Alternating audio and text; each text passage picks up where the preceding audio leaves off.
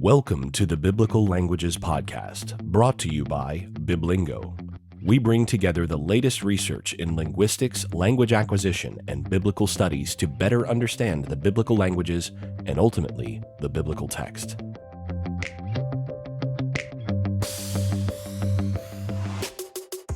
As always, this episode is brought to you by Biblingo, the premier solution for learning, maintaining, and enjoying the biblical languages. Visit biblingo.org to learn more and start your 10-day free trial. Welcome to this conversation with Peter Gurry, Dr. Peter Gurry from Phoenix Seminary. And we've got Travis Wright here as well, Dr. Travis Wright. I guess we're all technically doctors, so we don't really call each other doctors. But, to be more formal, we would say that.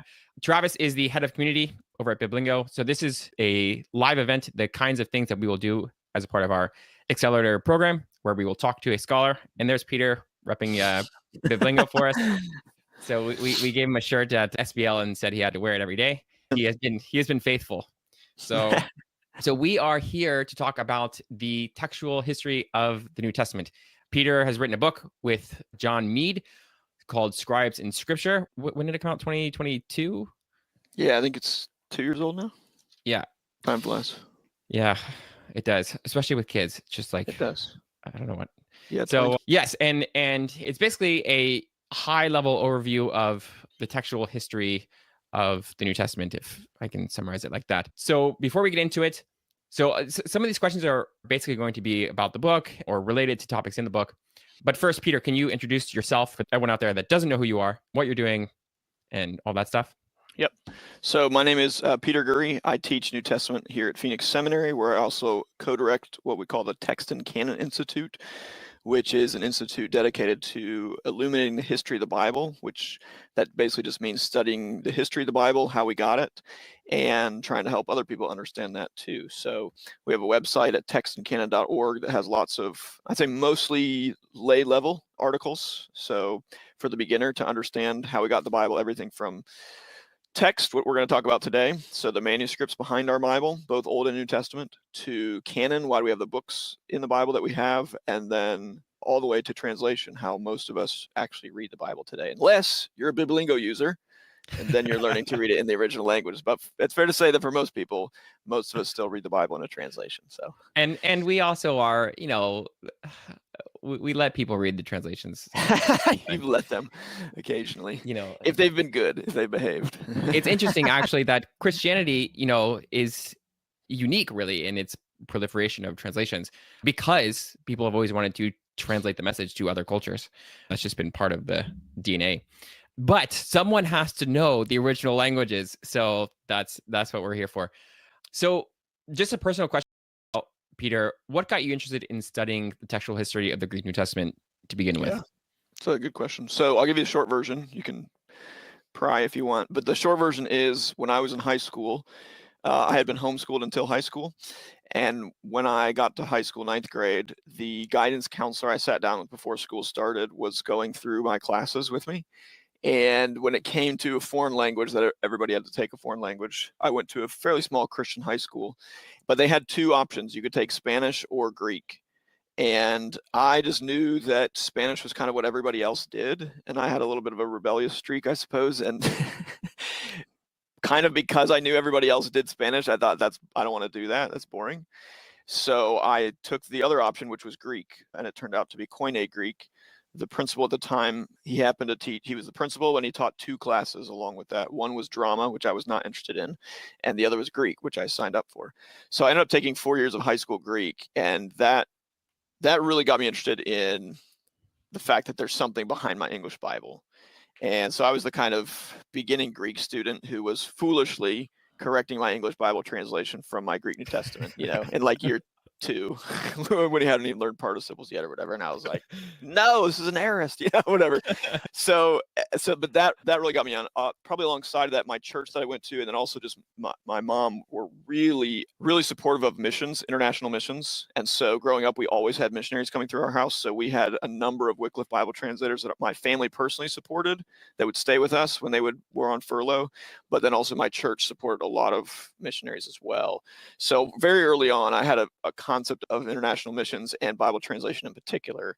So when I sort of felt called to the ministry in high school, I naturally kind of put those two things together, my interest in Greek and missions and Bible translation, and just sort of figured I would be a Bible translator overseas.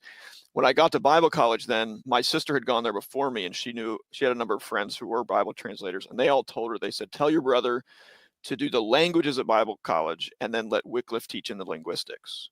So that was my plan. So I signed up for biblical languages. I was a biblical languages major at Moody, and really discovered pretty quickly that I was a bit of a nerd. And like I was the kind of guy when everybody else was like, yay, we're in Chicago, let's go out and do stuff on the weekend. I was like, oh, let's go to the library.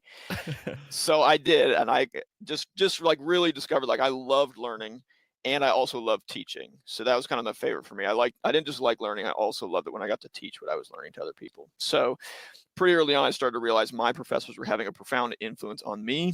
I was really growing a lot at that stage of life.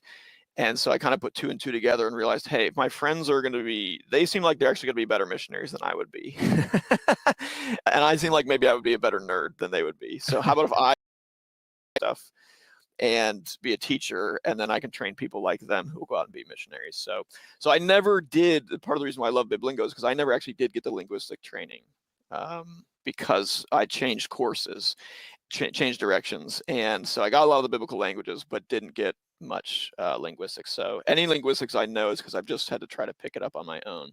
But what I would add there is what happened is in my Greek courses at Bible college, that's when I discovered textual criticism. And I basically had the same experience that I had in high school, where in high school it was like, oh, there's this Greek New Testament behind my English Bible. Then learning text criticism was the realization that, oh, there's these hand copied, these handwritten manuscripts. That's what manuscript means, obviously, but there's these manuscripts behind my printed Greek New Testament. How does that work? So it was kind of just going one step further back in the process each time and being fascinated at each stage with how we got the Bible, and kind of like a desire to be like, I want the earliest thing I can get. Like, I want the thing that's closest I can get. So I don't want like a translation. I want to print a Greek New Testament. Then I was like, no, I don't want to print a Greek New Testament. I want I want to see the manuscript. So about the same time in Bible college where I was learning about text criticism, Bart Ehrman's book Misquoting Jesus came out and caught my attention, not only because of its subject, but because he went to Moody. And of course, that's part of this, part of the book is making a big deal about how he used to be evangelical and lost his faith. And I was at Moody at the time reading his book, and I wasn't just like, wow, how did he lose his faith? I was like, well, what floor of my building did he live on? It sort of hit a little closer to home for me. But anyways, at that same time, we were reading Dan Wallace's Greek grammar book, and Dan Wallace wrote a long review of Bart Ehrman's book. So that's kind of how I came across Dan Wallace and realized, oh, he wasn't just a grammarian, but he was also interested in text criticism. And I learned that he was taking these trips with his Center for the Study of New Testament Manuscripts, taking these trips and digitizing Greek manuscripts. And it just happened that I read one of his blog posts and he mentioned having interns with him on this trip. So I kind of got this idea. I thought, man, if I could go there and study with him, maybe I could become an intern. Maybe I could go on a trip. Maybe I could see a real manuscript. Interestingly enough, the first manuscript I ever got to see with Dan Wallace was a forgery that I saw in Dallas, Texas. So it was a bit of a rough start, but I did get to go on several trips with him. And I always tell people, once you get to see a manuscript in person, I think you're kind of sunk. You're done. You're going to do this because they're awesome. Manuscripts are just tremendously exciting and fun to study. So anyways, that's a short version. From there, I went on to Cambridge and kept studying text criticism, and that's been my specialty ever since. Awesome. That's really interesting. I do feel like it's helpful for people to get an idea that scholars are not just like, brains. Yeah, exactly. And they're like real people with real passions and desires and motives, it's like. That's right. So one thing I forgot to mention at the beginning, Travis is going to be fielding questions. So if you guys have questions, feel free to put them in the chat. If they're good enough, Travis might interrupt and ask a question. If they're not as pertinent to what we're talking about at the moment, there'll be time at the end for questions. So yeah, that's really helpful for giving us a history of Peter and how it relates to the textual history of the Greek New Testament. So we're going to kind of go through 3 main sections here, and these are the 3 sections in your book: the text of the New Testament, canon, and translation. So you told me you didn't really work too much with Canon, but you did work. Your specialty is text, right? Yeah, text and translation, really. Right. Just to give people an idea, I know this is like a kind of a popular discussion, particularly with the manuscript evidence for the New Testament compared to other ancient documents. What could we expect in terms of manuscript preservation for the Greek New Testament compared to let's say Plato, right? What sort of evidence do we have for Plato? How does it compare to the New Testament? And because some people will say, right, that oh well, we don't have the original copies anymore. It's like, but do we have the original copies of anything? Do we have like any original copies of any ancient document? I mean, that's the Yeah. kind of the Yeah. assumption, right? Yeah, it is, and so that's the place to start, because there's two things to say here. One thing I think is, just by way of framing it, is there's kind of the question, there's kind of the assumption, and I think it's a good one. Shouldn't the Bible be different? So even when we ask the question, I think some people ask it not because they're ignorant of classical literature, although they may be, but just because they assume rightly the Bible should be different. The Bible is different, so it should be different. But in this regard, I don't think we should expect the Bible to be different. The Bible is different in other ways, but when it comes to its manuscript history, and particularly this question of do the originals survive, no, we shouldn't expect the Bible to be different, because it's written on the same material as anything else in the ancient world. It's written on papyrus and parchment. Right, so parchment is animal skins. Papyrus is made from a reed plant that typically grows along the Nile River, and it wears out. Right, it just wears out from use and from time. So the amazing thing is actually how many copies of the New Testament we have, and how early some of them go back. So we could compare the number of manuscripts to something like, well, what did you mention? Who did you mention? I mentioned Plato. But Okay, I have no idea how many copies of Plato there are, so I won't comment on pick that. your ancient person. I'll pick my ancient person. Okay, you might compare it to like Homer. We have a lot. Homer's probably of ancient works. Homer comes in second, next to the Bible, as the most popular. I think it's fair, at least in Greek, for sure. Okay, Homer, the Iliad and the Odyssey are the Bible of the ancient world, if I can say it that way, or the classical world. Like, everybody loves Homer, and so today we have thousands of copies of Homer's Iliad and the Odyssey. Some of them are on papyrus. Now, Homer is writing quite a lot earlier than the New Testament. Okay, so I don't think Homer's the best comparison, just because of the time gap between him and the New Testament. But take something maybe like Josephus. Okay, Josephus is writing about the same time as the New Testament authors, and we have, I think several hundred copies of Josephus's writings in Greek. All right. Now, here's where things get dicey. If we compare that to the total number of manuscripts we have of the New Testament, there's no comparison. The most recent detailed accounting is something like 5,700 registered copies. Okay, now registered means we have a record of them, although in some cases even that has to be qualified, because we have a record of a manuscript, but if you went to the library and asked them for it, they might go look for it and couldn't find it. Does this make sense? Because these manuscripts are all over the place, and they do sometimes get misplaced. They sometimes get lost. Some of them have been, burned in fires and stuff like this. So things happen today where we lose manuscripts. But I think maybe the most helpful comparison is not to say the New Testament to, say, Josephus's Jewish Wars, because the Jewish Wars is one writing by one author. The New Testament is written by multiple authors, right? So let's compare something like Mark, that's one book of the New Testament, to the Gospel of Thomas. All right, so that's one gospel compared to one gospel. The Gospel of Thomas has a total of 3 copies. 3 Greek copies. Well, is that right? Well, okay. There was this one discovered last year that's not quite Thomas, but it's not quite Matthew, so I'm not going to count that. We could say one. 4. So if you want, 3.5. You get the 3.5. Okay, I'll give you 3.5. There's like a couple verses of Thomas on there. But so say you've got 3 copies in Greek. Now I mentioned those because everybody thinks Thomas is written in Greek originally. None of them are complete. They're all fragmentary. Okay. What's the only complete copy we have of the Gospel of Thomas? The one that scholars have to study when they study in detail. It's one copy in Coptic. So it's one copy in a translation that you're dealing with the Gospel of Thomas. All right. Compare that to Mark. Our earliest copy of Mark is from the 2nd or 3rd century. Our first complete copy is in the same language that Mark wrote in. It's in the 4th century in Codex Sinaiticus or Vaticanus, depending on where you date those precisely. And then beyond that, something like 1,600 copies in Greek of Mark's gospel, if you go all the way into the 14th, 15th century. Okay, so it just blows the Gospel of Thomas out of the water in terms of numbers. Okay. And how also, old are those Greek manuscripts of Thomas? They're pretty old, actually, and some of them are equally as old as our earliest copy of Mark. They come from the Oxyrhynchus papyri. So, in fact, until just about 2 years ago, when this fragment of Mark, this so-called first century fragment of Mark, if some of your listeners have heard that term, it was a big deal for a while because apologists got excited about it. But until that was published, our earliest complete copy of Mark was the 4th century. That still is our earliest complete copy. But our earliest copy was like 3rd century with P45. This fragment is dated 2nd or 3rd century. But that does mean until this fragment was published, we had earlier copies of Thomas than we had of Mark. Okay, so that's actually important to say. But they were all fragmentary. And as I said, the first complete copy is not in Greek at all for Thomas. Okay, so just think about that. If you're a scholar studying Thomas, and there are scholars, of course, who study Thomas in detail, if you write a commentary on Thomas, you've got to learn Coptic, of course, but you're writing a commentary on a translation of Thomas. You do not have the original language of Thomas. So undoubtedly things are lost in translation. Right now, scholars have actually done back translations. You can read Thomas in Greek, but it's a modern scholar's attempt to put the Coptic into Greek. Do you see?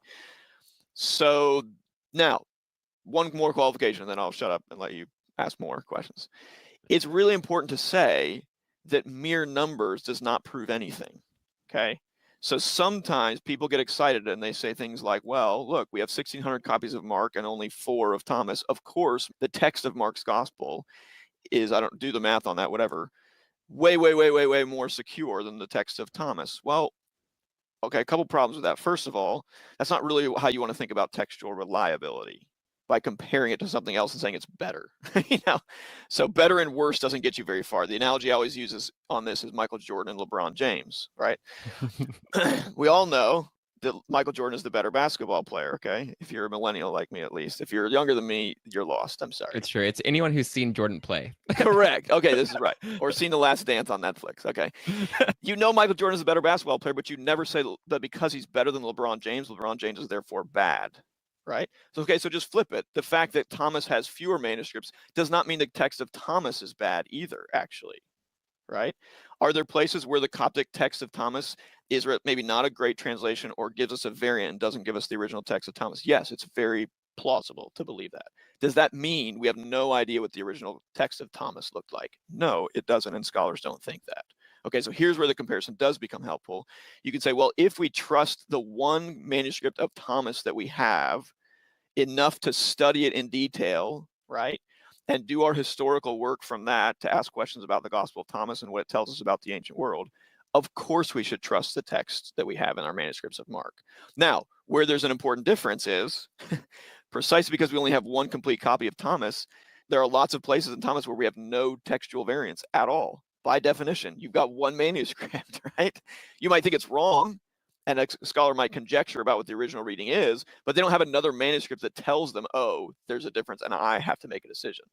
But when you look at Mark, because you have these 1,600 manuscripts, if you compare them all at every place, you're going to have a lot of differences overall. As a scholar, you might have to work through. And then different scholars work through different amounts of those variants. So a scholar like me, I tend to be interested in a lot of the variants. I could pull off here, sorry, just to give you a visual aid, right? Here's the most extensive collection of variants for the Gospel of Mark. It's called the Editio Criticum, or the Major Critical Edition. And it's got, the bulk of the page is variants, right? And even this is not all 1,600 manuscripts of Mark. This is only about maybe a couple hundred. I can't remember what they included, but by the time you get to your Nestle Aland Greek New Testament or your UBS, the number of variants have been filtered out to the most important ones. And by the time you get to your English Bible and it's, say, the footnotes, they've been filtered out even more to just the bare sort of minimum of important ones that maybe are difficult to resolve and might affect interpretation or translation. Okay, sorry, that's a long answer. Yeah, so but very interesting. So just what does the amount of manuscripts tell us then, right? So from my perspective, I would think that it really reveals something about what the communities thought about the text, right? I mean, Yes. if you have 1,600 copies of Mark, a lot of people wanted Mark. So people were copying Mark and they were passing it along to the next person to copy and to pass along. But it seems like that wasn't really happening with Thomas, or at least not to the extent that it was with Mark. Is that fair to say? Yeah, I think so. I mean, I think broadly speaking, the number of manuscripts tells you about how popular something is. People don't copy things they don't care about. So go back to Josephus. Here's an interesting sort of analogy. Josephus is the reason we have as many copies of Josephus as we do is actually because Christians were really interested in Josephus. Jews, by and large, were not the ones who preserved Josephus's writings. Christians were the ones who loved Josephus, partly because of his lengthy descriptions of the destruction of Jerusalem, which many early Christians saw as proof of Jesus's prophecy in the Olivet Discourse, among other things, right? So, but yeah, we wouldn't have copies of Josephus if people didn't want to read him, right? With something like the Gospel of Thomas is probably an early interest in Thomas that fades as time goes on, right? And with the New Testament, part of the reason we have so many copies is because the bulk of them come from later in the Middle Ages, where Christianity is the dominant religion in the Western world, and particularly the Christian-speaking Eastern part of the empire, right? So we're not even talking about Latin. Obviously, in the Latin-speaking part of the church, you have just as many, in some cases, manuscripts of the Bible, but in Latin, right? But yeah, the Bible's being preserved and copied in monasteries and places like that because people want to read it. So it certainly tells us about, I think, I'll put it this way, Kevin, I think, I can't prove this because I haven't crunched the numbers on this. I think based solely on the number of Greek manuscripts, I think it's fair to say the most popular works in Greek in history, okay, are probably the Gospels and the Psalms. Because we have just tons of Psalms manuscripts, Septuagint manuscripts for the Psalms, for the Psalter, and tons for the Gospels. I said 1,600 for Mark. I think for John we have over 2,000, right? I don't think anything gets quite close. Maybe Homer's Iliad or the Odyssey if you combine those two. But they're just extremely popular. People love them. Interesting. Yeah, that's really interesting. So I wanted to spend some time looking at like what you would see in a critical apparatus in the Greek New Testament, because I think, so in your book, you talk about some of the considerations that come up with different manuscripts and whatever. It's a little bit abstract. And if you don't know this world, you probably just don't understand what people are actually doing when they do this. Yeah. So, recently I did this podcast called The Grammar of Good Friday and Easter. And the cry of dereliction is a very interesting one for multiple reasons. Eli, Eli, lama sabachthani. And one of the reasons is the textual history. So I thought you could just walk us through what we're looking at when we see this. So let me share my screen here. So this is the text. So we have a difference between Matthew and Mark.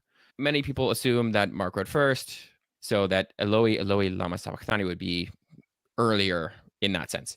But then when we come to the actual Greek text, so the main differences here being Eli, Eli, and Eloi, Eloi, right? Mm-hmm. When we come to the Greek text, we have this. So this is just pulled straight from NA28.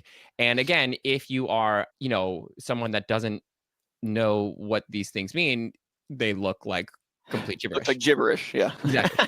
So can you just tell us, what does this gibberish mean? You don't have to tell us, all the nuances, but just give people an idea of what we're doing. Yeah, when we look at something like this.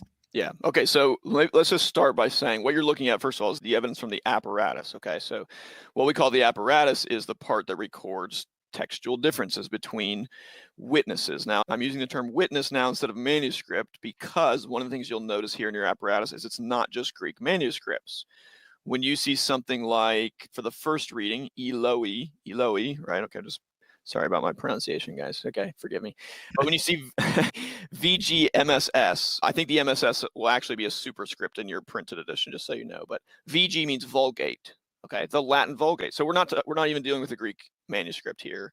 And in fact, we're dealing with multiple manuscripts of the Vulgate. Well, what is the Vulgate? It is a translation of the Bible into Latin, okay?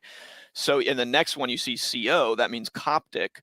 So we're referring again to a translation as a whole. They're not listing the particular manuscript of the Coptic now. They're just giving you the Coptic translation. And really, in this case, it could be more than one, okay? So keep that in mind. You're dealing with, in the apparatus, you're dealing with more than just individual Greek manuscripts.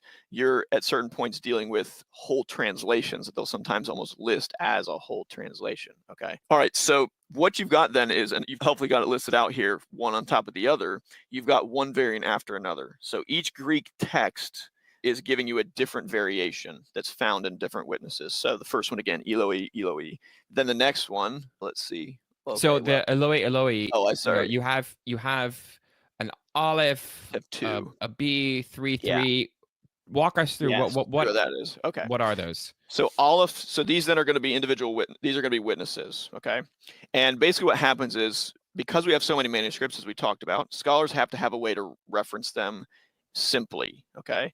If you were to go to a library, okay, like let's say you were to go to the British Library and want to see this first manuscript on your list, Aleph, okay? That's Codex Sinaiticus, all right? If you ask them if you could see Codex Sinaiticus, well, it's on the public display, so they'd say, yeah, go over there to that room. If you were like, I'd like to spend some time with it personally, they'd say, that's nice, okay?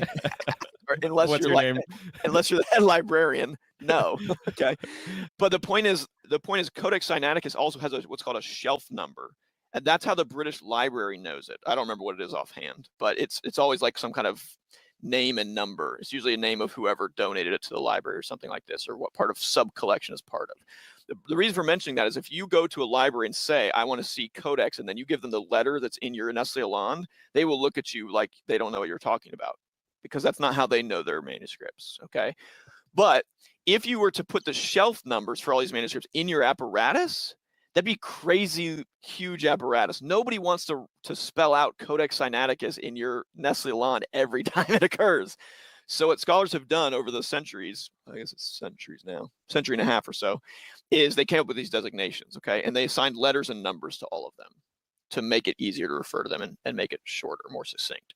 Now, there's a fun story behind Aleph, because initially when they started doing this, they distinguished between what we call majuscules and minuscules. Majuscules tend to be the older manuscripts, and they're written in what we might call capital letters, okay? Minuscules are written in what's a Greek-like script style. You could kind of think of it as lowercase. It's not technically right. It's better to think of it as a script, where the scribe doesn't lift the pen, but rather connects the letters to each other. That's the main difference. But they distinguish these two, okay? So minuscules get a number. So 33, you see there? That's a minuscule. It happens to be a really famous one. It's sometimes called the Queen of the Cursives, because I think it's a near complete New Testament, and it has a really good text, even though it's from the Middle Ages. Okay, it has an old text. You can see that's why it agrees there with Sinaiticus and B. That's really interesting, right? Here you've got a medieval manuscript that's agreeing with the 4th century manuscript at this point at the level of spelling, okay? Now, Aleph then, the reason I'm telling this long story is because you see B next to Aleph. B is Codex Vaticanus, which is from the 4th century, the other major 4th century manuscript we have of the New Testament. Also includes the Septuagint, but Aleph is given that designation because the guy who discovered it, okay, and there's a story behind his discovery. He discovered at the monastery of Mount Sinai, which is the longest continuous running monastery in the world. And he went there, and his story is that he saw the monks tearing pages out and putting them into the fire to stay warm, okay? And he sort of, his version of the story is roughly that he rescued the manuscript, okay? Their version of the story, you might imagine, is different. Their version is something more like he stole it, okay? But in any case, he got the manuscript from them. He gave it to the Russians, who were paying for his trip to this monastery. The Russians later got hard up for money, and they sold it to the British. So that's why the bulk of Codex Sinaiticus is now at the British Library in London. Okay, but when the guy who discovered, his name is Konstantin von Tischendorf, when he discovered it, he also happened to be a good text critic, and he produced his own editions of the Greek New Testament with a big apparatus. Okay, so he discovers this manuscript and immediately recognizes it's really significant, and he's got to give it a letter designation for his apparatus, right? The problem is, by this point, all the letters of the English alphabet have been picked. They've been used, and they've already started using Greek letters, right? So he knows if he gives us like letter omega, let's say, okay, where's it going to be in his list of manuscripts and apparatus? It's going to be at the end every time. And he's like, no, there's no way I'm letting my prize manuscript be at the end of the list. Okay. So he picks a Hebrew letter, so it gets to be at the front of the line every time. And to this date, then, it's the only manuscript that has a Hebrew letter designation, because what happened is people started to realize quickly, hey, we were running out of letters, and let's not use Hebrew letters in a Greek right? So anyways, this is a little bit of a fun personal anecdote there behind that. But anyways, Sinaiticus then is the first one you've got there. That's the Aleph there. That's otherwise known as O1. That's its numerical designation. Okay. B is Vaticanus, otherwise known as O3. Those are two very important manuscripts from the 4th century. Okay. Then you've got manuscripts of the Vulgate. Then you've got Coptic. All right. Then TXT there, and you can see that little bar in between, that little broken bar with the space in between. That's telling you, okay, here's a different reading, but at the same place in the text. And then the TXT is telling you, now we're going to give you the manuscripts for the reading that's in your text, in the main text of the Nestle Lawn. So what is it? Now this is Ailey. Yeah, Ailey. Yeah, exactly. Okay. So now we've got a series of more manuscripts, A, D, and K. All right. Then L. L is in parentheses because they're saying, hey, there's a little bit of a sub-variation here. L doesn't exactly read what's in the text, but it's close enough we're going to combine it. Okay. Unfortunately, the apparatus doesn't tell you what it is. Now, thankfully, today, you could go online and look up that manuscript and actually see the picture. I didn't bother to check. I could check my big apparatus here and tell you where we at. Oh, no, it's Matthew. Sorry, I thought we were in Mark. Okay. Sorry, I can't tell you. It's okay. But you could look it up and it'd be some kind of subvariation. Then you have W, gamma, delta, theta. Okay. And then F1 refers to a whole family of manuscripts. These are Greek manuscripts that are so closely related that we can actually draw like a family tree for them and say, here's the grandpa, here's the son, here's the grandson, that sort of thing. Okay. So we tend to group those whole manuscripts together, and actually family 13 is another one. So you see F1 period 13, that means family 1 and 13. This apparatus is done by Germans, and Germans tend to use periods where Americans might use a comma. Okay. So that's what all the periods are doing in this apparatus. Think of them just like commas. Okay. Then you get into what are called the minuscules. Well, the family 1 and 13 are also minuscules, but 565 is a minuscule, so it's from the 9th century or later, because that's when that style of handwriting enters or starts getting used. So, and then you get a series of minuscules all the way to 1424, and then the next one, that's not actually a 1 in your apparatus. That would be an italic L, and that means L844. That's a lectionary. Okay, so there's another category of manuscripts that we use. Lectionaries are, for our low church evangelicals listening to this like me, the lectionary is, if you were to go to, say, an Anglican church or a Catholic church, their services are organized by the lectionary, which is you take the Bible and you break it up into readings that are read out loud in church, depending on the Sunday. Okay. And so a lectionary manuscript might have a reading from Matthew, which is what we've got here. And then the very next reading might be from Mark, and the next one is from Luke, and they're like excerpts or snippets. Okay. Then that M there is a Gothic M. That refers to the majority text, which means essentially the majority of manuscripts, which means the majority of later medieval manuscripts, because that's where the majority is. Okay. Then you get LAT, and that means Latin. So that means the rest of the Latin tradition, aside from those Vulgate manuscripts. Okay. So that would be the Old Latin, and then whatever the other Vulgate manuscripts are that don't have LOE. Does that make sense? Yeah, that's really helpful. So just going through, I mean, looking at this and comparing the two texts, it seems like there are a lot of, there's pretty strong evidence for both, in that Eloi is early, with several good manuscripts. But then there's in terms of just sheer number, the Eli text is more frequent. So if you just go back to, again, what you would see in your actual Greek New Testament, help us to see, like, what are the considerations for why the editors of NA28 would choose Eli. My assumption would be, okay, if Eloi is in Mark, there's going to be a tendency to harmonize those two, especially assuming the Mark is earlier. We would harmonize Matthew to Mark, and then that would explain these variants here, and then these other ones would really be left without an explanation, which would make them probably the better reading. Is that So you're always, how we should think about it? Yeah, the fundamental question we're always asking when we encounter these differences is, which reading gives us the best explanation for how the other one came about? Or you could flip it and say it the other way. Just say, which reading can we not explain without the other one? Right. Does that make sense? Okay. Right. So you've already given a couple suggestions. And yes, if you've got Eloi in Mark, what is it, Mark 1534? Then you can imagine a scribe being familiar with that version in Mark and putting it here. Now, if I remember right, in Mark, 1534. In Mark, I think you have Eli in Mark, I think, in some manuscripts as well. Yes. Yeah. So here's where things get really dicey. So this is here. I pulled it up for Mark. Eli is in. these manuscripts. There you go. Okay. Now, the issue here is you got to say, well, okay, well, this means harmonization could have happened in both directions. And so there's a danger as a scholar that you end up with viciously circular reasoning, right? Where you go, oh, well, this, the Ailey reading has to be original in Matthew because it's different from what's in Mark, and not realize that what you're thinking of as Mark is really just what's in your editorialized text. Right. But if Ailey is original to Mark, well, then maybe scribes have that in their manuscript, and so they're actually harmonizing Matthew, and they're changing Eloi in Matthew to Ailey to match what they have in Mark, right? And I think it's probably fair to say that I'd have to look at all the evidence, okay? But this is just off the cuff, okay? But it's certainly plausible that harmonization did actually, in history, happen both directions, right? Because you got to remember, any given scribe does not necessarily have the original text in his manuscript at both places. He might have Ailey when he's copying Matthew first, and so by the time he gets to Mark, that's what he's harmonizing to, right? Another scribe might have Eloi in his copy of Matthew, so by the time he gets to Mark, he's going to copy Eloi in Mark. Do you see? So the first place we want to start actually in this variant is actually compare both side by side and see how many manuscripts are actually harmonized between the two in the same manuscript, and how many aren't. Because actually it's the ones that aren't harmonized that are probably the most interesting to us. We're not surprised when we find them harmonized. Right. It's actually more surprising when they're not.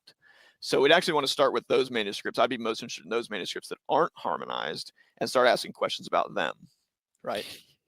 Yeah, that's really helpful. And so we don't have to go through all of it, but I think this gives people an idea of the complexity involved. I mean, there's actually a lot to think through.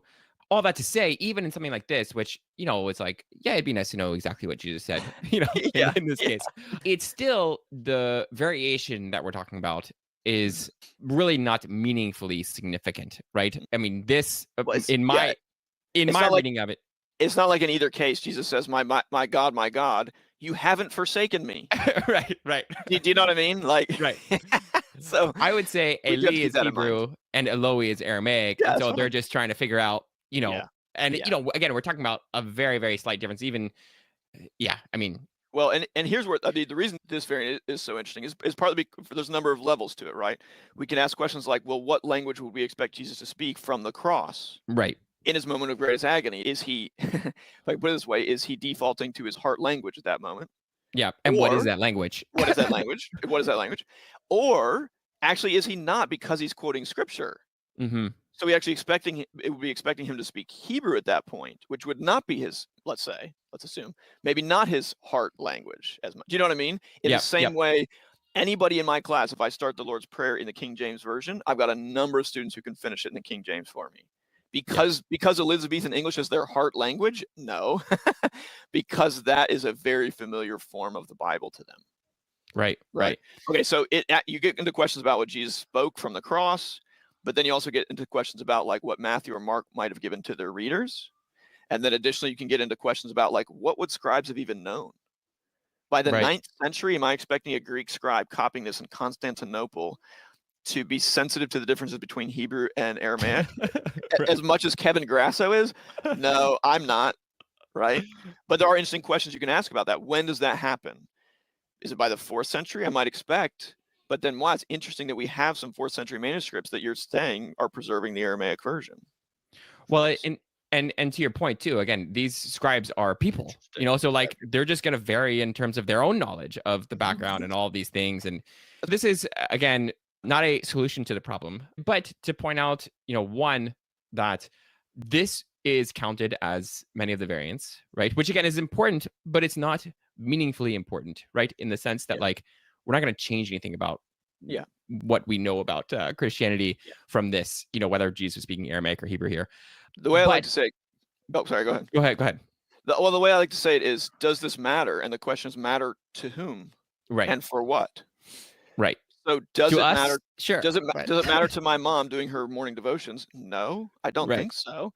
Does it matter to the preacher? Probably not. I don't think I've ever mentioned Aramaic from the pulpit as preacher. That doesn't mean I don't need to know it, but I'm just saying I've never been like, okay, guys, now let's make sure you all know that for the application this week that Jesus is speaking Aramaic. But does it matter for somebody writing a commentary? Probably. Does it matter, again, for people who have questions about things like, how do they spell things in Greek? Yep. Does it matter for people who have questions about, like, I wonder if scribes of the New Testament did know Hebrew or Aramaic? Yep. Does it matter for people asking questions about what language Jesus spoke and taught in? Yes, right? So does it matter? Yes. It wouldn't be in your apparatus if it didn't matter for something, right? But we just have to distinguish what level does it matter at and who does it matter for. I think that's a helpful way to think about this. Yeah, no, I think that's spot on. Travis, do we have questions coming in? We do. Yeah, okay, we have quite a number of good questions too. Okay, so let me just, since we're already 43 minutes in, Peter, do you have to? I don't have to go. No. Okay. Good. So let me. We're gonna skip the canon question because I'm no good. You don't know anything about it. So we'll get it's John. Not my expertise. Okay, it's just not my expertise. So then let's talk about translations, and I want to talk about practically. So we did a whole series on Bible translation and theories and all that stuff. I want to talk practically about what do you think has happened even in the past 50 years. So what something that I think is helpful for your discussion is the history of specifically English. Yeah, we are at a very unique point in history where we have so many English translations, and it's unique because we have never had so many translations of one book into one language. I think it's probably safe to say that there are more English translations of the Bible than of any other book into any other single language. Probably right. And so I'm asking really a practical question here. What are the advantages and disadvantages to this? I know for my own, well, let me just leave you at the question. I won't give you my own. Don't tip your hand here, Kevin. Come on. Sorry. Well, okay. So first, let me qualify. Was that your question? Is like, why do we have so many? Okay. First qualification. I actually think it is unique in that we have so many. Yes, but it is not unique in that we have multiple to choose from. And this is actually a point I often make when I talk about the history of English, because a lot of people think some of this is just the flattery that, we tend to always think we live in a moment that's totally unique, and nobody's ever had to deal with our problems. But actually, when the King James comes around, you have a dozen English translations on the market at that point. People often don't realize that one of the reasons for the King James Bible's success is that the king basically gives it a stamp of approval and bans the sale of other translations. Well, that tends to help your book sales if people can't buy your competitors. But you've got the Geneva Bible. The King James itself is a revision of the Bishop's Bible from 1602. You've got a translation by a guy named Richard Taverner. You've got Tyndale still. Let's see. You've got Coverdale's. Okay. What am I missing? By that time, you got the Douay-Rheims, which is the Catholic translation of the Vulgate. Okay. So you've got right there, that's just 6. All right. Now, I'm not saying you go to any bookshop and it's like it is today, where you've got a whole wall of them. I'm not saying that everybody has equal access to all of those. At a certain point, some of them stop getting published and they're not as accessible and all that. But we are not the first people in history to have to think about which English translation is the best. Right. People have had to think about that. And really, what I would argue is that the time of history, roughly 250 years, where the King James Bible is the English Bible, that's actually the historical anomaly. Okay. And even if you go back in time, if you think about something like the Septuagint, okay, the Greek translation of the Old Testament has revisers. Aquilus, Symmachus, and Theodotion also revised that. And so when Origen comes along in the 2nd century, he produces this hexapla, fold 6-column Bible, precisely to show the differences between them. So one of the points John Mead, my co-author of the book, we often make about translation is there's very little new under the sun. There aren't many problems that we have to deal with that nobody's ever had to deal with before when it comes to translation. That doesn't make them unimportant, but it just should relieve some of the tension we feel about it. So I think, just to push back on you a little bit on this, I think part of the tension is not that there are multiple English translations, but the access to the translations. Yes. So the fact that I can pull up this passage, the cry of dereliction, in 20 different translations in 2 seconds, and then look at all of them, right? I think for the everyday person, and this would be and I don't know if you know anything about this, how many people owned multiple versions would be one question. Yeah, that's a good question. That's it's like, yeah, I get that. Yeah. And I think it's a helpful point, right, that you're making, that for sure people have in the past dealt with this issue, but to me, it seems like it's been an issue for scholars, right? To say, okay, which one is better? Yeah. Right. But for a layperson, Yes, that's unless true. they're looking at multiple versions, they're not going to even, I mean, maybe they know Yeah. that there are versions out there Yeah. that are different. And this is kind of my concern, the heart behind the question is, Yeah. if you pull up all these different versions, how in the world do you know which one is right? Yeah, It's like, right, if you don't right. know Greek. Right. Okay. It's a great question, and it's a fair question, because I do not know how many people say in the early 17th century have multiple translations on their shelf. Probably not most people. Okay. Right. But here's where I'll push back just a little on your pushback.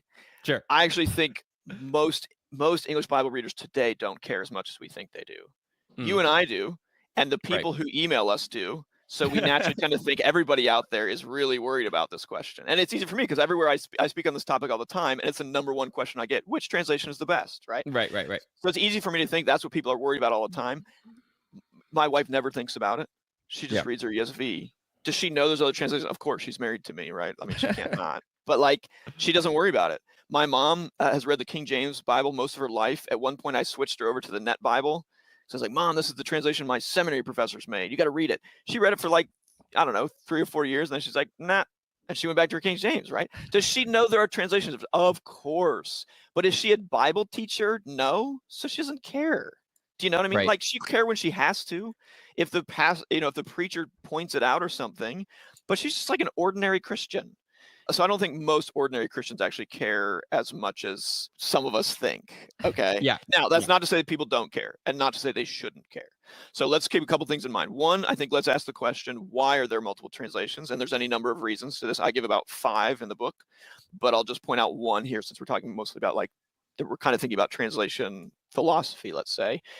There are multiple ways to translate the same Greek text into English, right? You can do it 4 or 5 different ways and still be faithful to the meaning of the Greek, right? So different translators have different translation philosophies. And then with this, and here's why people care, really, if that was all it was, I think most of us would be like, fine. Like, how many of us worry about, like, if you're going to read a Russian novel like Dostoevsky, how many of us are like, I've got to compare translations? No, none of us. Why? Because we don't care that much about Dostoevsky. Now, if we're a teacher and we're a literature professor at college, then yes. Or if we speak Russian and can read Russian, then we might care. But for the bulk of us, we're like, look, the basic story is going to be the same either way. Well, it's going to be a big book and it's going to be intense. I just need to be able to read it. Again, though, I think this is the unique thing about the Bible. It's like even our numbering system allows us to say, here's a sentence. Let's view it in isolation, and let's view that against every other possible translation of this single sentence. This is very true. And you're right. With other translated texts, you don't even think. I mean, you're reading through the whole story, right? And I think we should be reading the Bible more like that. Yeah, for sure. But the reality is that we are where we are today, and people can do that, right? And so then it's so much easier to see. Yes. Okay. And so here's why people care, right? Because as we know, all translation involves interpretation. It always has, it always will. And because the Bible is so important to us, as it should be, okay, we care about that interpretation, really, is what we're interested in, I think. And so that's where we have these heated debates. I've actually got an article coming out of the Textual and Canon Institute in a couple months on exactly this question. Is it a blessing or a curse to have so many translations? I'm going to say yes, it's both. Okay. But here's one thing, a point I make, that I've found helps people when they think about this question, because what happens is people tend to feel a lot, can feel a lot of anxiety about which translation is best. Okay. Yeah. Some of this is the fault of marketers. Okay. Like, I just read the marketing for the NRSV updated edition. That's the latest. I think it may be the latest revision there is now at this point. Just came out like last year. Okay. Well, guess what the marketing for it was? It was like, you now have the most accurate, most accessible, with the best scholarship. You're right, like all superlatives. Okay? Yeah. No translations ever come out and they're like, this translation is a mediocre one. It's pretty readable. Right? It's always like the most readable, the perfect combination of accuracy and readability, right? Like, okay, it's marketing. And here's the deal. What are marketers sort of, if I can put it this way, leveraging, or the negative way to say it would be preying on? Okay. Not praying, but like Yeah. Like an animal. Okay. Like a lion praying. It's the anxiety we feel in trying to make a decision as buyers. Okay. So there's actually a term for this. I might have the book right here. Hold on. Yes. Okay. There's a really interesting book called The Paradox of Choice: Why More is Less. And the paradox of choice is basically this: the more choices you have in something, the more anxiety you tend to feel when you have to pick one. Okay. So we've all felt this. What if I go to the grocery store and my wife tells me to get something? Okay. I'm not the normal grocery shopper in my family. So when I do have to go to the grocery store, it's usually an experience for me. Okay. So she tells me to go there and get spaghetti sauce. Great. I intend to go to the store to get spaghetti sauce. This is very easy. Until I get to the aisle. Yes. And then there's like 20 yards of spaghetti sauces. And now I'm like, oh, does it need to have garlic? Should it be classic? Which brand should it be? And now I feel all this angst, and I've got to text her like, what kind do you want? Right? So what was going to be a simple decision, I just need spaghetti sauce, and it doesn't really matter. Suddenly now I'm looking at like all these details and comparing them, and now I've got to have the best one. Right? So he talks about this in the book about how like having choices, or like buying a car, right? You need to go get a reliable car, and then you show up on the lot and there's 20 versions of the same model. And now you're like, ooh, does it need to be red or like deep red? And you didn't care before, and it really doesn't matter to get you to work. But now suddenly that very minor difference takes on outsized significance. And so that's what happens, I think, for people when we pick a translation. Suddenly it's not enough to have an accurate Bible. We have to have the most accurate. And we can't just have the most accurate. Now it's got to be the most accurate and the most readable. And then it's got to be the perfect combination of those things. So what I often say to people is, listen, all of your mainstream evangelical English translations are very good. Any of them will serve you really well. Okay. Now, if you're a pastor, you need to think more about it, probably. Okay. Yeah. If you're a teacher like me, I need to teach my students how to think about it. If you're ever teaching on the Bible, it's a good thing to compare translations so that when somebody asks you what my Bible says, you have some answer to that. And then when you're doing theology, and the difference in interpretation does affect your theology, as it does and must, you have to care, you see. But for the normal Bible reader, pick a good one and read it. Okay? Yeah. And be happy. That's the key. Read it, right? Read That's the key. Yeah, read it. Don't argue about, all the different translations and stuff. Especially I think part of the thing too is if you don't know the original languages, You've got nothing to go on. It's not really your place. Again, this is coming from someone who, has devoted a good portion of my life to just like analyzing grammar and trying to figure out what things mean. It's a hard thing. It's a hard task for translators to put the Bible into English. But if you don't know the language really, really well, you really don't have any business like comparing in the sense of like this one's right and this one's wrong. Yeah. And what I tell people too is like it's helpful. Read if you're studying a passage, read multiple translations with different translation philosophies, not just the ESV and the NASB. It's like you're gonna get the same thing. No, that's exactly right. Do the NLT and the ESV together. Yeah, that's a great combo. I tell people NIV, NLT, ESV. Those are the look at them all together. Combo. Anyway, so I think that's really helpful for people, and we will definitely put a link to that article whenever it comes out. We'll add it to the other thing I always try to say with this, Kevin, too, is just like to add on, and it's one of his things in the book, actually, and I talk about in the article, is like one of the ways to get past this paradox of choice, the anxiety, is to cultivate gratitude. And so when I talk on translation, this is always one of my biggest points, and usually my final point is to say, listen, it's fine to argue about translations. I'm not opposed to that, okay? But our overwhelming sort of attitude about having multiple translations today should be gratitude. Yeah. Right? Now, I'm not saying all translations are good. There are quack translations. Okay. You may know Mark Ward. I asked Mark to write 2 articles for us at the Texan Canon on what makes a bad Bible translation, because I was worried that people were hearing me say there's no such thing as a bad translation. And I'm like, no, there are some. They're not the ones I spend a lot of time with, obviously. But this like Passion translation is wonky, right? No, it's nonsense, basically. Okay. Avoid it. But your mainstream ones, the ones we just mentioned, they're all really good. Yeah. The translators have worked hard. They're building on a long heritage of English Bible translation, right? Like some of the words we have in English to translate terms, we only have because of the Bible, right? Words like scapegoat, Tyndale invents. There's no word scapegoat in English before William Tyndale, right? He invents the word ungodly. Okay, that's like second nature. How can you have a translation that doesn't use the word ungodly? You know, you can't today.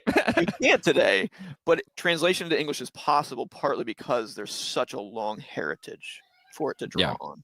So yeah, that's all great. things to be grateful for sure. Travis, I'm sure we have too many questions.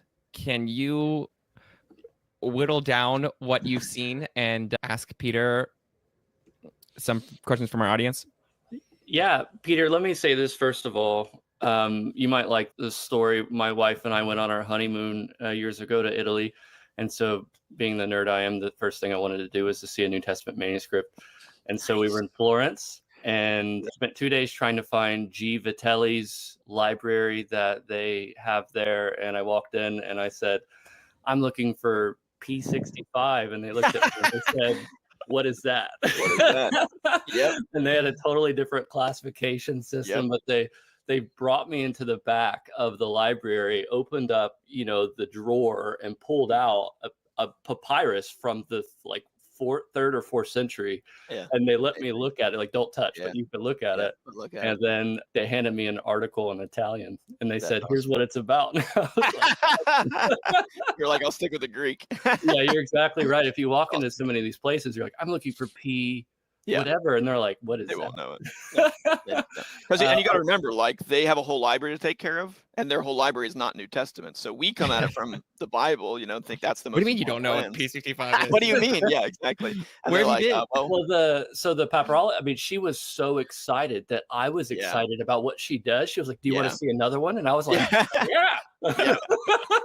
Like, she was getting pumped. She was like, finally somebody understands why somebody cares. Yeah. We got a lot of great questions. What I want to know, Peter, is what is the best Bible translation? The one you read. Yeah. Actually, you've written on this just recently, and we're getting quite a few questions that are sort of grouped under this. Why read actual manuscripts and not just, scholarly printed editions? What are the values for our students, who are in our community, but also just you're learning Greek? Why care about that? Yeah, such a good question. So we've got a couple articles on this on the website. One is on exactly that. What's the value of reading Greek manuscripts? And then another one is on like how to handle the weird letters that you're going to find. Gosh, there's so many benefits, but here's the broadest way to say it. You just never know what you're going to find because each of these things is unique. Okay. So I teach a whole class on text criticism here at the seminary. And one of the things I do is each class, we just look at a different manuscript. And what the students are almost always shocked by is how there's something different to learn from each one of them. Okay. So you just don't know what you're going to find. And that's what's most fun about them. So in your apparatus, you're getting this like distilled version of the variants, right? And it's sort of been all cleaned up and made neat and tidy. And then you get to the manuscript and you realize like, oh, like Kevin said earlier, these are copied by real people.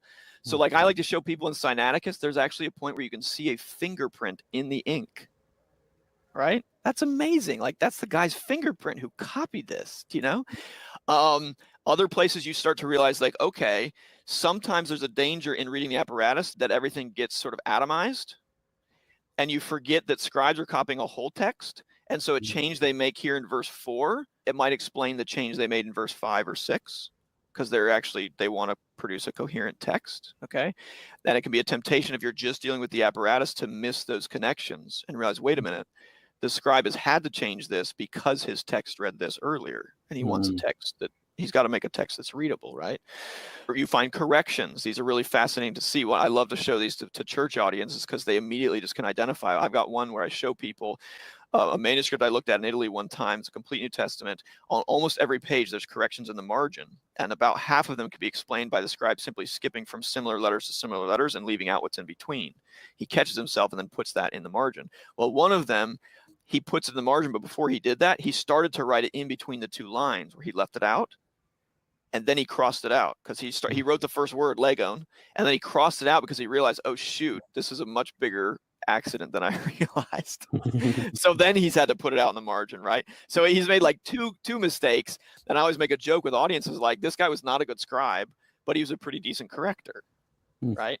And so you start to, what I personally I think love maybe most about manuscripts is that you see the humanity of the process. Mhm. And you start to realize, like, we can get so caught up in, like, I want to get the original reading so that I can get my interpretation right, so that my theology is right, and I can just, I can critique all the people on Facebook that I don't like or whatever, okay? But it's like, yes, we do want to have right theology. We do want to read the right text, of course.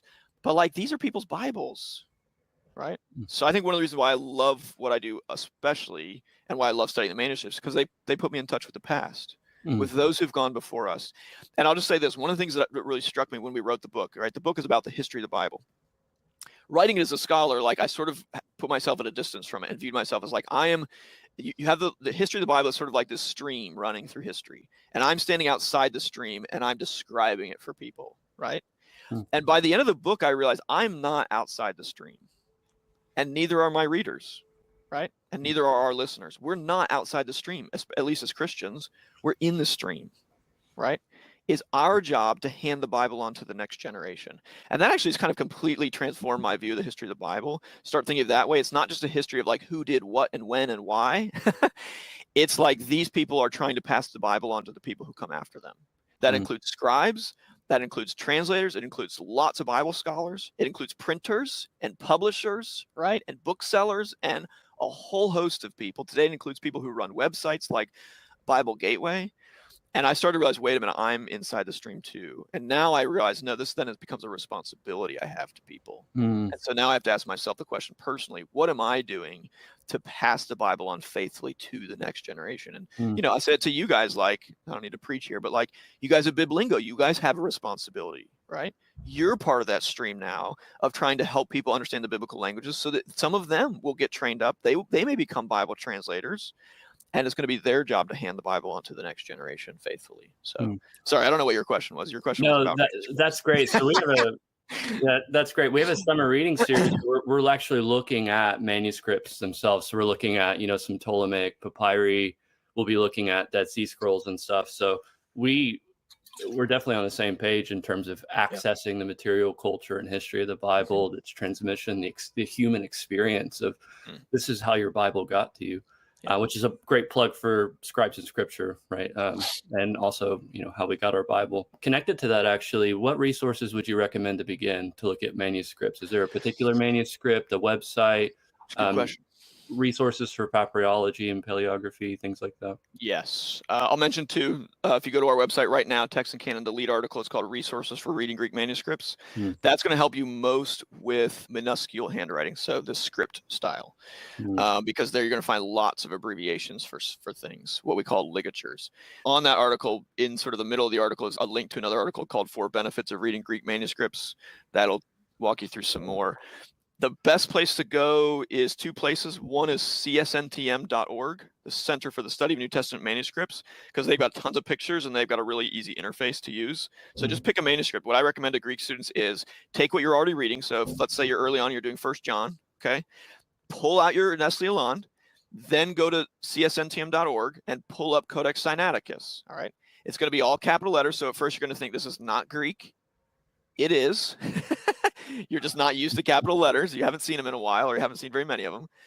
Pull it up and find your place, and then just start reading in your Nestle Aland, and then find your place in the manuscript and start reading along. And cheat. I always tell my Greek students, always cheat when you're allowed to, right? Cheat. That's the way to learn. That's the way we all learn, right? Use your printed Greek New Testament. That's what you're familiar with.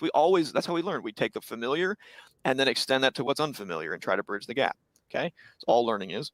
So do that with your printed Greek New Testament, and you just go from there, right? Just go from there. It's awesome. That's great. I don't want to go too deep into the weeds here. I'm sure those who have some familiarity with your field, Peter, are wondering, what is your particular approach to the definition of text, the notion of text types, the particular kind of methodology that you advocate in your research, because it has an impact on what ends up getting printed in their Greek New Testament. I'm not sure how much detail you'd like to go into, but did you want to speak to that for just a moment? Sure, I'll give a short version. I am what's called a reasoned eclectic. That's probably the dominant view taught in seminaries and universities around the world today. It's not the only one. There are others. But reasoned eclecticism is basically, as I understand it, this is my attempt to explain it, is the view is based on the assumption, not the assumption, but I think it's the evidence that There is no single manuscript or group of manuscripts that's always right, that always has the original text. Okay, so we can't just adopt one and say that's our text. But not all manuscripts are created equal either. There are some manuscripts that are better than others. So reason eclecticism is an attempt to try to take both of those things seriously and say, we need to take into consideration what we call internal evidence, which is evidence for the kind of mistakes that scribes tend to make, and the evidence from the author of what we know about the author's style and theology and all that, okay? And combine that with our knowledge of the manuscript evidence, what we know about which manuscripts have, in the easy places, proven themselves to be good or proven themselves to be the best, okay? So that we're going to weigh those more than we would other manuscripts when we're having when we face a difficult decision, okay? But like I said, because no manuscript is perfect or no group of manuscript is perfect, we're never just going to say Sinaiticus is always right, or Sinaiticus and Vaticanus are always right when they agree. We're not even going to do that. So that's basically my approach. If the listeners want to dive into that, there's a recent book from Wipfenstock, I think it is, called Can We Recover the Original Text of the New Testament? And I've got a chapter in there advocating for reason eclecticism, and alongside chapters for people advocating for other approaches, what's called a Byzantine majority approach. And a Sturzian approach. So let me stir the pot a little bit here. Okay. We've gotten a few questions about, Western witnesses at Lucian of Antioch, Byzantine textual family. You have some very particular opinions and thoughts about the notion of text families. Do you want to give a sort of... Sure. I'll say two things. Okay, so listeners should know, right, traditionally, it's been for a long, long time, the way people have taught textual criticism to help people do this, make it easier to do, is they've divided manuscripts and the versions and the church fathers into three big categories, what we call text types or textual groupings, okay? The Alexandrian, the Western, and the Byzantine are the three. There's a fourth one called the Caesarean. There's always been some debate about whether it really exists or not. But those three are the three big ones. And what makes them so great, so handy, is that if you can reduce the amount of witnesses you have to deal with to just 3 instead of 100 and more, right? You can then start to say things about each one in particular and their quality and their date. And for reason eclectics, traditionally they've thought the Alexandrian is the best, with the Western being maybe equally as early but not quite as good, and the Byzantine being late and the worst of the 3. Okay. Today there is quite a lot of, I think it's fair to say, skepticism about those traditional groupings. That today, because we can take into account so much more data from the manuscripts, partly thanks to computer databases, okay? Those 3 neat buckets, those 3 neat groupings don't hold up. The boundaries between them are really fuzzy, a lot fuzzier than they used to look. And so the question is, are they really 3 distinct groups or not? Okay, that's a big part of the question. It's an open debate today in my discipline. And so if I can just put a plug in here, the Text and Canon Institute is hoping to contribute to solving this debate. We're doing an academic colloquium this summer in Oxford in July on this very question of whether text types are legitimate, and if they are, what are they and how should we use them, okay? My own personal view, which is not, I'm not committing anybody at the conference to my view. They're all allowed to have their own opinions, okay? But my own view is that these 3 neat groupings are not, they're not neat and tidy, and we should probably let them go and not try to use them the way we used to. They're an oversimplification, and so they're not as helpful as we used to think they were. And what we should do instead is just try to study the witnesses on their own. We can still relate them to each other, and we can still have some witnesses that are overall better than others. I still think Vaticanus is a very good manuscript, even if I don't call it Alexandrian. Okay. It hasn't changed just because I don't call it Alexandrian, but that we should not argue things like, well, because this reading is found in the Alexandrian and Western text types, and those are 2, and it's not found in the Byzantine, therefore we have 2 against 1, and therefore it's better. Does that make sense? Yeah. And along with that, I think we should give more credence to the Byzantine group as well. I think it's better than people used to think it was.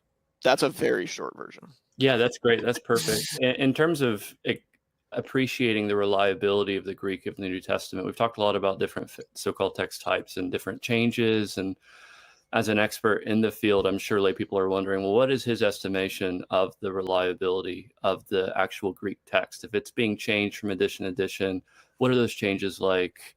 And then what degree of confidence can I have when I open my best Bible translation that I'm looking at, an accurate representation of what would have left the hands of Paul's amanuenses.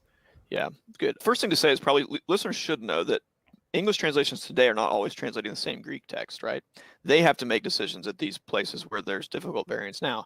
And something like the one we looked like, the cry of dereliction, is probably going to come out in the wash into English, right? I'm not sure you can tell from the English always which Greek text they're translating, but in other places it certainly does. They have to make a decision to make. So from edition to edition, overall the changes are not dramatic, okay? The two editions I worked most when I did my dissertation, the new edition was the Nestle-Aland 28, and the changes they had made were only in what we call the Catholic letters, so James through the book of Jude. And they made, oh man, I used to have this number up in my head, guys, but I'm getting rusty now. The dissertation's in the rearview mirror. There's something like 40 changes, okay? And a lot of them are like they changed, a chi was in brackets and now it's not in brackets anymore. Okay. They added a de. There's an article there where there didn't used to be. Okay. Now the two in the Catholic letters, I'm just going to use these because these are ones I'm most, they're fresh. They were seared into my mind thanks to my dissertation. Okay. Two big ones in the Catholic letters. One is in Jude chapter 5, where the text, there's a couple options there. The two dominant ones are that Jesus led a people out of the land of Egypt, or the Lord led a people out of the land of Egypt. Okay. Now, to use the human name Jesus there is pretty striking, okay? The Nestle-Aland 28 goes with Jesus, where the Nestle-Aland 27 went with the Lord, okay? Interestingly enough, some English translations already had Jesus. The ESV had Jesus before the Nestle-Aland 28. People often get this backwards. They think that ESV changed it because of Nestle-Aland. They did not. One of my colleagues here is Wayne Grudem. Wayne Grudem is one of the editors of the ESV. He was very proud that they had this change before the Nestle-Aland 28 did. And they got it right before the editors of the Greek New Testament did. But in any case, that's a big one that people point out. The other really notable one is 2 Peter 3:10, where Peter is talking about the end, okay, and the world being judged by God, and God judging the world with fire. And he's made a reference to the flood before this. And there are people in Peter's audience that are skeptical that Jesus is even coming back, that there even is going to be a final judgment. They say the world just continues as it always has. And Peter's essentially rebuking that idea. And he says in verse 10 there of chapter 3, the world and all her works will be what? There's a number of readings. Will be burned up, which fits very well in the context, but is found in our later manuscripts. Will be found from a form of heurisco, okay? Or, and here's what the Nestle-Aland 28 says, they conjectured, they guessed. They think all the readings in our manuscripts are wrong, and they went with will not be found. So they added the word not, okay? That's one where you look at it and you go, okay, they've completely changed the meaning. They flipped it from will be found to will not be found. Okay, here's the interesting thing about that one, actually. People sometimes forget that textual variants have to be interpreted in their context. Okay, so you might look at two readings that in your apparatus are opposites. One has the word not, and one doesn't. But when you look at what English translations do with these two readings, they actually come out in very similar places. So what's interesting you'll find is that take a translation like the CSB, which gives you both these readings. It gives you one in the text and one in the footnote. Okay, in the text, they translate heurisco without the word not as the earth and all her works will be found out. Okay, then in the footnote it says alternate, whatever, however some readings say or whatever, will not be found. You see what they've done? They've interpreted the word heurisco differently depending on whether it has the word ook there. Why? Is it because they're stupid or they're nefarious? No, I don't think so. I think it's because they're reading each of those variants in its context, and they're going, look, if we have a form of the word heurisco here without the word not, it has to, in context, mean something like the earth and all her works will be exposed in the judgment. So found out, right? Discovered, you might say. Okay. But if you add the word not in there, then it means something like you can't find them because they've been destroyed. They don't exist like they used to before. They've been burned. They've been, I think that means purified, okay? But they've been so purified, there's so much evil in the world that once you purify it, the thing that comes out on the other side is like, wow, that's dramatically different, but that's a big one. The Nestle-Aland 28 has the word ook there before the verb. Okay, now there's some debate about what the word heurisco can even mean there. So we'll let Kevin sort that out for us. But that's one where, then what makes it significant probably most of all is, besides the fact that, oh, they've added the word not, is there's no Greek manuscript support at all for the word not. You have the word not in a few Coptic manuscripts and a few Syriac manuscripts, but that's it. So if you're going just on the Greek manuscripts, this is what we call a conjecture, where the editors think all the Greek manuscripts have the wrong reading and they have to guess. New Testament scholars do not do that very often. The Nestle-Aland 28 has a total of 2 of those conjectures in the whole thing, in the whole Greek New Testament. Okay, that's very few when you compare it to classical works, where scholars, I mean, if you think of the Gospel of Thomas, there are more than 2 places probably where that one copy of Thomas has it wrong. And scholars have to conjecture and say, nah, we think what it must say in the original is this. Can I ask about some of the recent editions of the Greek New Testament, the Tyndale House Greek New Testament, what we can expect from the Nestle-Aland 29th edition? So you studied at Tyndale House. I studied at Tyndale House. Did you have, was it Dirk that was your supervisor? No, Peter Head was, sorry. Oh, Peter. Okay. So yeah, if you want. And maybe just one more question after this, because I know we're already an hour and 20 minutes into Peter's time. So give the people what they want, Kevin. I also am hungry, so I need lunch at some point. We're at different times then. All right, fair enough. All right, so go ahead. Travis, you wanted to ask about different editions. Okay, so yeah, one of the exciting things in my field is that for the first time in quite a while, we actually have multiple what we call critical editions to choose from. So we actually have 3. If I can find my SBL one. Oh, I can't find it. Should be here somewhere. We have, oh, there it is. Sorry. Okay. You have 3 you can choose from. The most popular one by far is the Nestle-Aland. Sorry, I have the 27th. I'm old school here. And it has the same Greek text as what's called the UBS, the United Bible Society's Greek New Testament. And that one is really designed for Bible translators especially. Its format is simpler. It has fewer variants. It's a bit easier to read. It has nice English headings as well. Less going on in the apparatus a bit, and just the cleaner page. The Tyndale edition is the cleanest of all in terms of formatting. It's very clean page, very small apparatus. Okay, very easy to read. I actually use it with my first year students for that reason, because the page is so clean and uncluttered.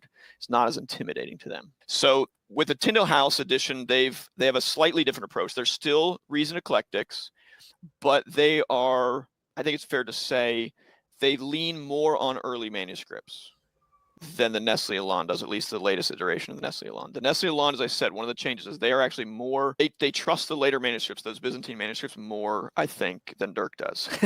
I'm not trying to pick on Dirk, okay, but I think Dirk is more impressed by the early manuscripts. He wrote his dissertation on Sinaitic. It's not terribly surprising. But also Dirk is especially sensitive to what we call scribal habits, meaning he's really sensitive to the kind of mistakes that scribes make, the kind of very accidental mistakes that they make. Then with that, one of the things that's distinctive about the Tyndale House edition is, along with an emphasis on earlier manuscripts for deciding what variants to print, they've also tried to follow the earlier manuscripts in things like spelling and paragraphing. You can't always do it, and you still have to make decisions.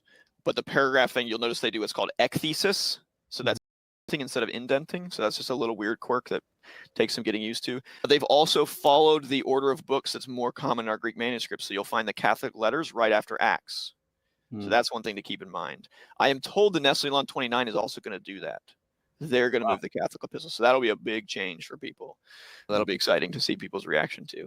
But I think the Nestle-Aland 29, the last time I heard they were saying, oh, it'll be out in a year. I think that was like 2 or 3 years ago. So I expect it'll be out in the next couple years maybe. But it basically what it's doing now is the Nestle-Aland is following this big daddy edition, the Editio Critica Maior. So as these volumes come out, they revise the Nestle-Aland. So the Nestle-Aland was based on changes made to the Catholic letters because that's all they had for the Editio Critica Maior. Since then, they finished Acts. Here's Mark. Revelation, I think, is coming out this year. And Matthew is pretty far into the process, I'm told.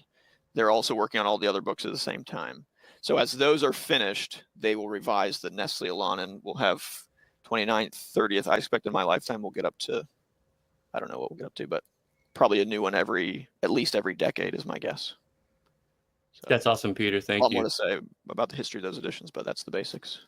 Kevin, did you have a final question, or do we have room for one more? Or yeah, let's do one more. Pick a good one. Well, I wonder actually, Peter, for those who've stuck into this entire interview are probably pretty personally invested. I wonder what you think the future of your field is. What things do you expect on the horizon? What are you excited about? What concerns and challenges are there? And then if you want to give a plug, not only for students to continue to keep working on issues of text, you could do that as well. Yeah, you should also give a 30-second advertisement for the Texan Canon. I know you mentioned it earlier, but yeah, exactly. Talk about it. Okay. Convince me I should go there and read your stuff. Okay. All right. So I think it's a really exciting time to be part of the field. There's a couple famous articles, or one famous article in my discipline called the 20th Century Interlude, which basically means in the 20th century, not much happened in our field. I happen to actually think that article's wrong about the 20th century, but even if it's right, I think everybody would agree the interlude is over, right? And has been over for several decades now. I think there's a real energy in my discipline, and there's an interest in a number of things. One of the interests is in manuscripts as manuscripts. So studying them for things besides just the text, studying them beyond just what we can do to distill for the apparatus, but saying things like, what kind of headings do we find in manuscripts? And what do those tell us? What kind of marginal readings do we find in these? What titles do they use, right? I'm sorry, can I just say the first time I ever met Peter Williams, the principal of Tyndall House, I was like, Peter, I want to come to Cambridge and do a PhD with you on linguistics. He's like, oh, linguistics, don't do that. He was like, what you need to do is, I think it was it must have been Vaticanus or something. He was like, we don't have a description of what the book looks like. We need to write a PhD saying here's the dimensions and the colors and here's the marks and what does the book physically look like? What does it look like? Yeah. So, which sounds crazy, although there's been one done, right? Jesse Grenz, that's what he wrote his dissertation on in Cambridge, right? So, and why would people do that? Okay, think about something like the ending of Mark. In Codex Sinaiticus, the ending of Mark is a big deal, right? How does it end? And in Codex Sinaiticus, we have some replacement leaves right at that point. And there also happens to be a big gap in the text. And some people, what is that gap for? Is that gap there because a scribe knew the longer ending and intentionally left it out, but he left a blank spot because he wanted somebody to be able to add it in later? Right. And what about those replacement leaves? Pages have been replaced. Does that suggest something, what does that tell us? Well, Jesse's work, he proved how many, was it 3? There were 3 hands involved. 3 scribes. Exactly. So lots you can do. In Codex Vaticanus, there are these dots in the New Testament that people think mark variants. And those have been studied in detail with lots of questions because, for example, at 1 Corinthians 14, in the section about women being silent in the church, there are 2 dots there. Does that suggest that Vaticanus, its exemplar, its source text, didn't have that text, and therefore Paul didn't write it, and therefore we can quit apologizing for that part of 1 Corinthians, right? Okay, so you get the idea, but you can't answer those questions until you know a lot about the manuscript as a manuscript. One of my neighbors in Cambridge, he wrote his master's thesis at Cambridge on corrections in Mark. That's all he did. He just looked at the corrections in Mark. Why? Because there happens to be a correction in the very first verse involving the title Son of Man. That's one of the important variances in Mark. Does the gospel introduce Jesus as the beginning of the gospel of Jesus Christ or Jesus Christ, the Son of God? And there's a little correction there. And my friend wanted to know, is that little correction there, is that a correction the scribe made while he was copying, like in the act of copying? He accidentally left it out and added it right back in the moment. Or did a later corrector come along and add it, right? To answer that question, you had to study the whole book of Mark and look at all the corrections. So that's one of the really exciting areas. We're getting a lot more detailed studies of manuscripts than we've ever had before. That's really exciting. Another exciting thing is we're still discovering new manuscripts. I mentioned this early copy of Mark, right, that we didn't have before, and it just got published a couple years ago. One of the reasons why we get new editions of the Nestle Aland is because we get new papyri, right? A friend of mine who teaches in Australia was working at a library in, I think he was in Paris, and in the binding of the manuscript, so like back here, he found a new manuscript that had been reused to make the binding, okay? Wow. So we get new manuscripts. I think the third thing I'll mention is technology. Technology is revolutionizing our discipline in, I think, mostly good ways. We can look at manuscripts online and see almost any manuscript with a couple clicks. That's amazing. That's amazing. In the past, you had to travel, you had to fly to Europe usually, or the Middle East. We can use databases to include far more data from these manuscripts than ever before. So when we think about text types, we don't have to make our decisions about how to group these things based on a selection of readings. We can just take the whole manuscripts, all the text of the manuscripts into account. Okay. With that, though, I'll put a plug in here then now for like, where do we need to do work? We need to do work to really think carefully about our methodology, about our method. Should we use all the data we can get? The fact that we can do something does not mean we should. I think we know that, or at least in theory. But the fact that I can take a manuscript and put all of its readings into a database does not mean all of its readings should be used to answer every question I have about it. And we have to ask hard questions about like, well, which kinds of agreements between two manuscripts are really indicative of a close relationship? Does it matter if they only agree in a chi, or is that an agreement that does not count for very much? It's sort of like if you were to try to trace your family lineage, right? It would not be very helpful to say, oh, I'm closely related to this person because we both have hair. That's not really a helpful category, right? Well, we both have blue eyes. All right, now we're making some progress, right? Oh, we're both redheads. Ah, okay. This is an agreement that matters more than the fact that we both have hair. So that's a big area. I think text types are another big one too. So yeah, those are some of the exciting things that are happening. What about just to close with this, the challenges, and then a plug for Text and Canon Institute? Yeah, challenges are some of the similar ones we've always had, which is we just have so much to work with. We have a blessing and a curse with so many manuscripts that we just can't get to all of them, and we continue to have to wrestle with how many of them should we study and use when we produce a critical edition. Your Nestle Lawn is based on a couple hundred manuscripts all the way through, but in any given book, it's based on fewer than that. That's out of, in any, for the Catholic letters, you've got 500 copies of them. Should we study all of them, or at some point, do they become redundant enough that we can eliminate a bunch of them, right? How do we take that into account? Spelling is actually something that's really something worth studying. We looked at one example here from the Cry of Dereliction that involves, it's not quite right to call it a spelling, but I think it's fair to say, Kevin, that you have to think about spelling and pronunciation to decide with some of these variants, are these actually two variants or the same variant that's just differently spelled, right? Do I have a long vowel here or a short vowel? This has some influence here. So studying lots of manuscripts and the spelling, which is not something a lot of people have studied, we can start to make some headway on that, on some of those questions. So the Tyndale House folks have done some good work on spelling. Okay, Text and Canon Institute, plug for that. Basically, we started this about 5 or 6 years ago now, and I co-directed with Dr. John Mead. He does Old Testament text criticism, and he's the canon expert as well.